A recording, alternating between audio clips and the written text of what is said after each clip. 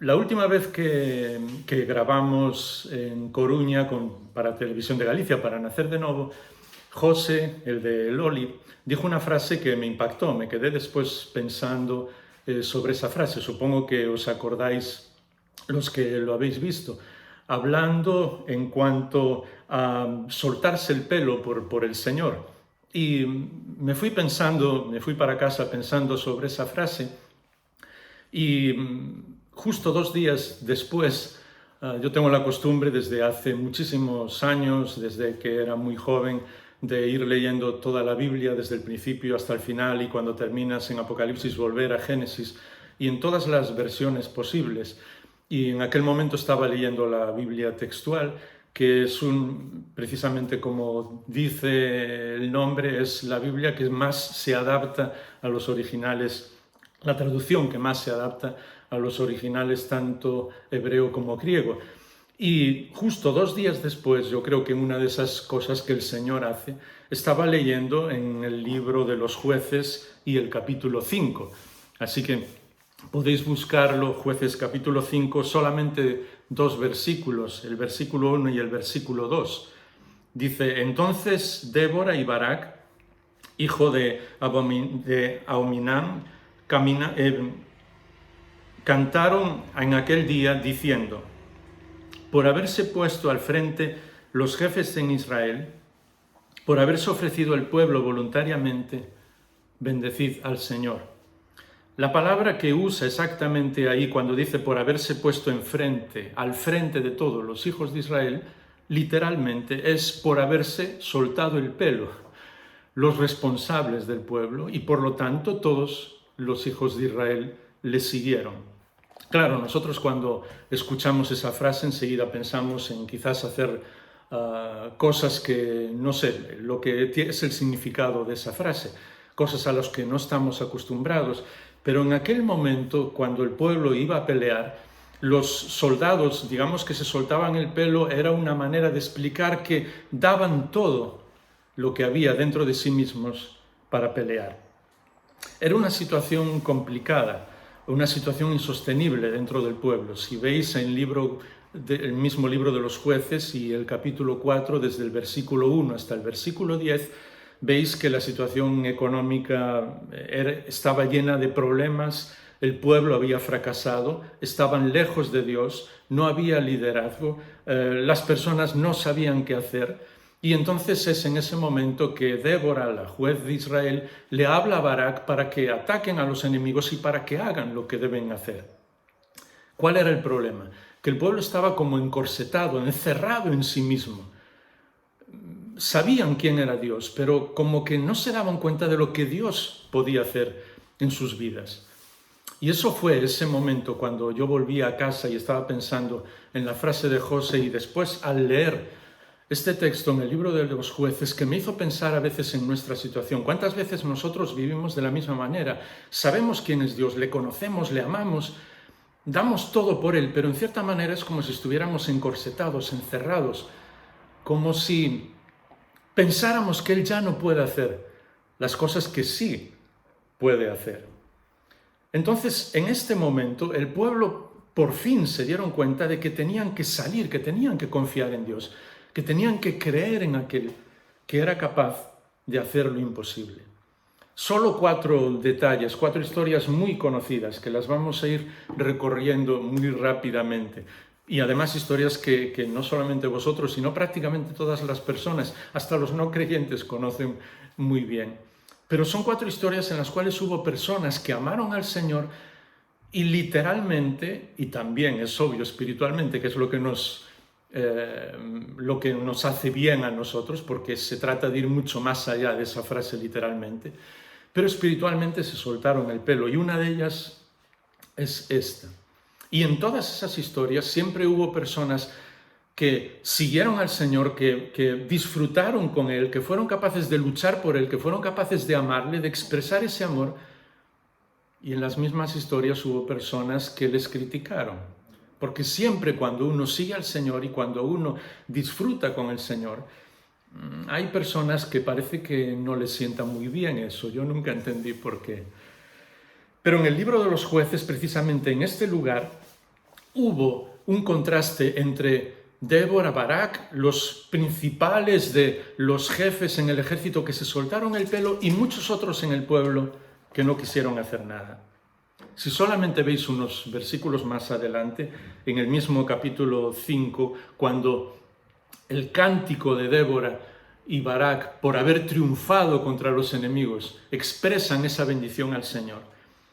Parte del cántico parece un poco raro, pero nos enseña lo que muchas veces ocurre en nuestra vida. Dice el versículo 15 del capítulo 5 del libro de Jueces: los príncipes de Isaacar estaban con Débora, como Isaacar, así también Barak, es decir, todos los que lo siguieron. Pero entonces en el versículo 16 dice: ¿por qué te sentaste entre los rediles, escuchando los toques de flauta para los rebaños? Entre las divisiones de Rubén hubo grandes resoluciones de corazón. ¿Qué pasó? Que algunas de las tribus, y sobre todo las mencionadas aquí como Rubén, no fueron a la guerra, no se soltaron el pelo, no fueron capaces de confiar en Dios. Se quedaron en casa. Aquí incluso en ese sentido del humor que muchas veces encontramos en la Biblia, dice que se quedaron tocando la flauta entre sus rebaños, con sus ovejas. Y muchas veces nosotros vivimos así, no que no os parezca mal lo que voy a decir. Pensamos que sencillamente con asistir a las reuniones, con quedarnos cantando y alabando al Señor y con hacer eso, que no debemos dejar de hacerlo, pero ya es suficiente. Y no.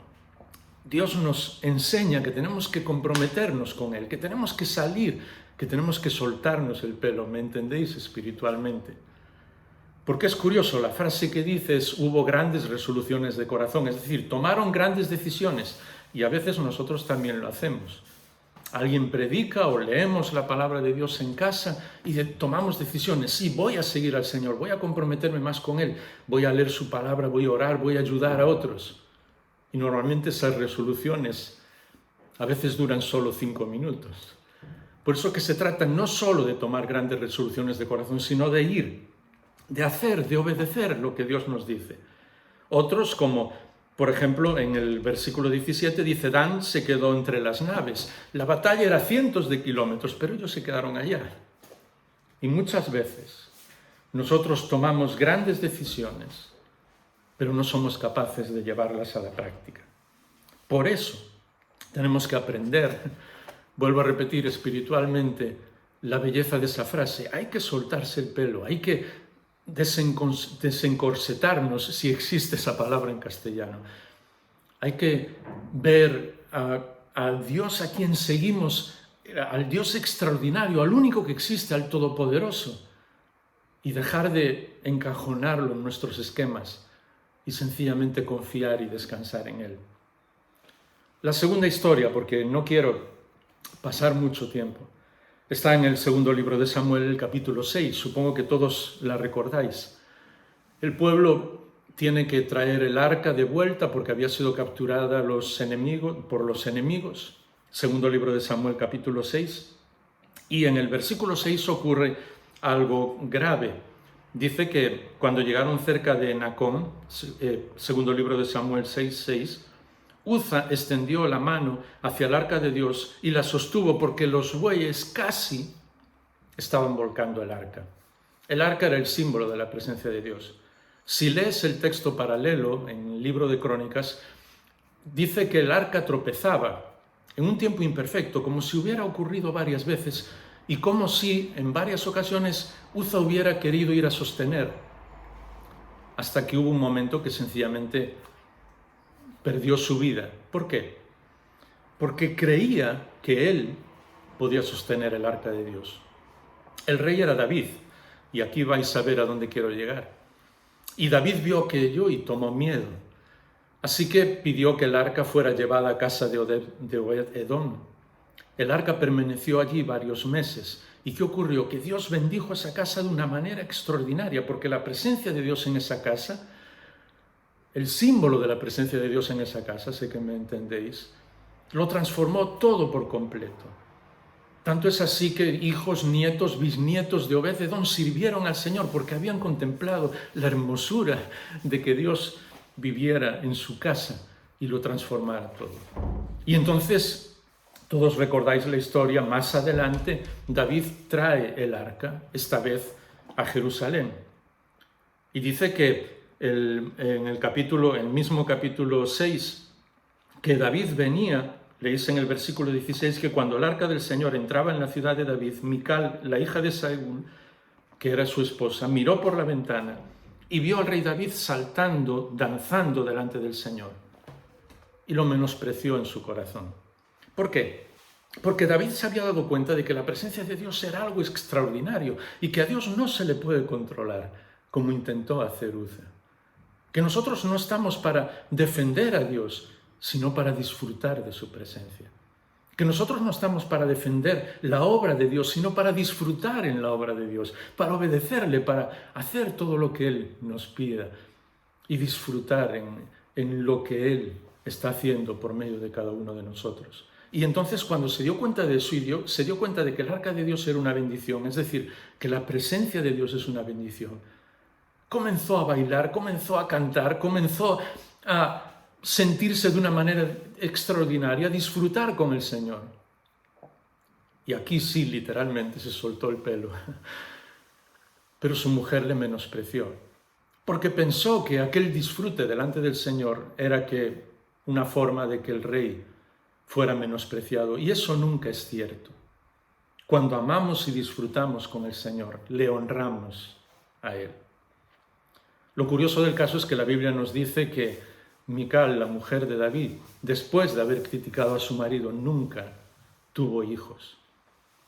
Eso sí me ayuda a comprender algo muy importante. Los hijos nacen de disfrutar con el Señor, los hijos espirituales. Si no le amamos y disfrutamos con Él, no vamos a tener hijos espirituales. Podemos conocer todo de una manera perfecta, conocer incluso la Biblia de memoria, saber muchas cosas, hasta comprometernos con el Señor. Y todo esto que estoy diciendo es bueno. Pero si no amamos 100% al Señor y no somos capaces de disfrutar con Él, las personas no van a ver que amamos realmente a nuestro Dios. Y entonces no vamos a tener hijos espirituales.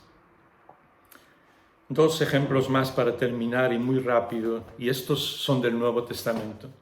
Y a uno de ellos, como decía, se refirió José. Lucas capítulo 7 y el versículo 37, no vamos a leerlo, pero todos conocéis la historia. Simón invita al Señor a comer. Y entonces, cuando están comiendo, era uno de los principales, de las personas más conocidas en aquel lugar. Y cuando están comiendo con todos sus amigos, algunos de los principales de los fariseos, quizás maestros también estaban allí porque querían saber lo que el Señor decía. Lucas capítulo 7 y desde el versículo 36 dice: uno de los fariseos le pedía que comiera con él y entrando en la casa del fariseo se sentó a la mesa. Y todos recordáis lo que sucedió, que dice el versículo 37 que había en la ciudad una mujer que era pecadora y cuando se enteró de que Jesús estaba sentado a la mesa en la casa del fariseo, trajo un frasco de alabastro con perfume y poniéndose detrás de él a sus pies llorando, comenzó a regar sus pies con lágrimas y los secaba con su pelo, con sus cabellos. Besaba sus pies y los ungía con el perfume. Una mujer que literalmente se soltó el pelo en adoración al Señor. Y aquí entra lo que es la clave de la adoración, cómo adoramos a Dios en nuestra vida. Porque todos sabéis lo que sucedió. De la misma manera que aquellos que no quisieron luchar por el Señor, tuvieron grandes compromisos por el Señor, dijeron muchas cosas, pero no quisieron, no se comprometieron con Él realmente. Y de la misma manera que Mical, cuando vio disfrutando a su marido, aquí sencillamente Simón y todos los demás fariseos criticaron a aquella mujer y dijeron: es que no sabe quién es esta pecadora. Y me impresiona esa frase porque ni la mencionan por su nombre, pero todo el mundo conocía que era pecadora. Y ella simplemente lo que había hecho, simplemente, imagínate, había sido adorar al Señor, derramar su corazón delante de Él, llorar en la presencia del Señor, enjugar sus lágrimas y los pies del Señor con su cabello. Lo más precioso para una mujer en aquel momento, en aquella cultura, A ella no le importaba que no solamente acariciara los pies del Señor, sino que demostrara su amor por Él. ¿Cuál era el problema de Simón? Pues un problema que a veces tenemos nosotros y que caemos nosotros, perdonadme que hable así. Y es que ellos, tanto Simón como los demás, pensaban que tenían derecho a que el Señor estuviera allí, pero la pecadora no. Y a veces nosotros nos sentimos con ese derecho. Sí, ya sé que no pensamos eso, pero como hemos conocido al Señor, le entregamos nuestra vida a Él, vivimos para Él, intentamos servirle aún con todos nuestros defectos, inconscientemente pensamos casi como que merecemos que el Señor nos ame. Y cuando pensamos así, no podemos adorar al Señor porque no merecemos nada. Y ahí fue cuando el Señor le dijo, ¿ves? Simón, tú no me besaste, no me abrazaste, no ungiste mis pies, no lavaste mis pies. Esta mujer lo ha dado todo por mí. Y dice, porque ama mucho. El secreto de adorar al Señor y de soltarnos el pelo para adorarle a Él es nuestro amor. Y solamente amamos mucho cuando nos sabemos perdonados, cuando nos damos cuenta de que hemos sido perdonados y de que no lo merecíamos. Si con el paso del tiempo en nuestra vida creemos que, bueno, sí, yo soy creyente, yo amo al Señor, es por gracia, pero también porque soy una buena persona, si inconscientemente empezamos a pensar eso, perdemos la posibilidad de adorar, de soltarnos el pelo, de abrazar los pies del Señor, de llorar en su presencia. Perdemos la posibilidad de ser bendecidos por el Señor, porque hemos perdido la razón de la adoración. Ninguno de nosotros merece nada y sin embargo Dios nos lo regala todo. Por último, no quiero cansaros, el último texto seguro que ya lo tenéis en vuestra mente ahora. Marcos capítulo 14 es otra mujer, esta vez María, y María está a los pies del Señor. Es pocos momentos antes, pocos días antes de que el Señor Jesús va a ir a la cruz. Y dice el capítulo 14 del Evangelio de Marcos, versículo 3, desde un poco más adelante, dice una mujer con frasco de alabastro, con un perfume muy costoso de nardo puro, rompió el frasco y lo derramó sobre la cabeza de Jesús. Y algunos estaban indignados y decían unos a otros, ¿para qué se ha hecho este desperdicio de perfume? Y entonces el Señor dice en el versículo 6, dejadla, ¿por qué la molestáis? Buena obra ha hecho conmigo, porque a los pobres siempre los tendréis con vosotros, porque ellos decían que podían haber dado ese dinero para los pobres. Pero a mí no siempre me tendréis. Dice el versículo 8, ella ha hecho lo que ha podido, se ha anticipado a ungir mi cuerpo para mi sepultura. María también se soltó el pelo por el Señor.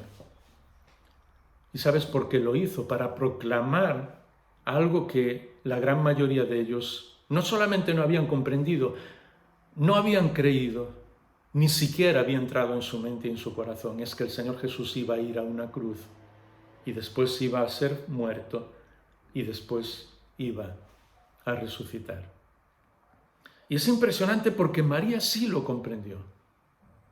La Biblia nos presenta a María varias veces sentada a los pies del Señor, escuchando lo que Él decía. Le amaba profundamente. Y quizás por eso fue capaz de comprender que el Señor iba a la cruz, algo que ni los discípulos fueron capaces de creer ni comprender, hasta que sucedió. Y en este momento ella se suelta el pelo, rompe el perfume, dice, de un frasco de perfume muy caro, por eso a ellos les preocupó, porque era un frasco que, según lo que vemos ahora por las equivalencias, podía ser para comprarlo como lo que una persona ganaba en todo un año de trabajo. Pero ella rompió el perfume, enseñando que cuando nos soltamos el pelo por el Señor, no tenemos que quedarnos con nada, lo rompemos todo, el frasco, todo. ¿Entendéis lo que estoy intentando enseñar? Lo que estoy intentando que Dios me enseñe a mí mismo, que nosotros no tenemos que andar con medidas de nuestro amor al Señor. Cuando nos soltamos el pelo por Él, sencillamente le damos todo. No medimos, no pensamos, voy a darle al Señor esto o este poco o un poco más. No, rompemos el frasco. Le decimos, Señor, todo es tuyo y todo es para ti. Y por eso el contraste es con las personas que enseguida dijeron, pero podía haberse dado ese dinero a los pobres o a otra cosa. El texto nos dice que no es que le preocuparan mucho los pobres. Quien lo dijo fue Judas porque quería quedarse él con el dinero, pero eso es otra cosa. Es un paréntesis nada más. Pero ¿cuántas veces cuando queremos proclamar el mensaje del Señor, hablar a otros del Señor, siempre medimos los costes? Siempre medimos cuánto nos va a costar esto. Y no solamente en dinero, cuánto nos va a costar en energías, cuánto nos va a costar en credibilidad, incluso en respeto que las personas me tengan. ¿Realmente nos preocupa el dinero, la credibilidad, el respeto que otras personas nos tengan para no hablar del Señor, para no soltarnos el pelo y proclamar a todos lo que Él ha hecho por nosotros? A María no le importó. Rompió el frasco, se rompió a sí misma, se dio por completo al Señor. Y el Señor dijo, siempre que se proclame el Evangelio, se va a hablar de María, porque ella me ha ungido para mi sepultura. Comprende que no solamente voy a ir a una cruz, voy a entregar mi vida, sino que también voy a ser puesto en una tumba y voy a resucitar. Así que tenemos que soltarnos el pelo para proclamar el Evangelio del Señor y no preocuparnos en costos de ningún tipo. Y esa es la decisión de nuestra vida. Soltarnos el pelo por el Señor. Dejar de vivir encorsetados en una caja. Dejar de pensar que al Señor le podemos limitar en cierta manera.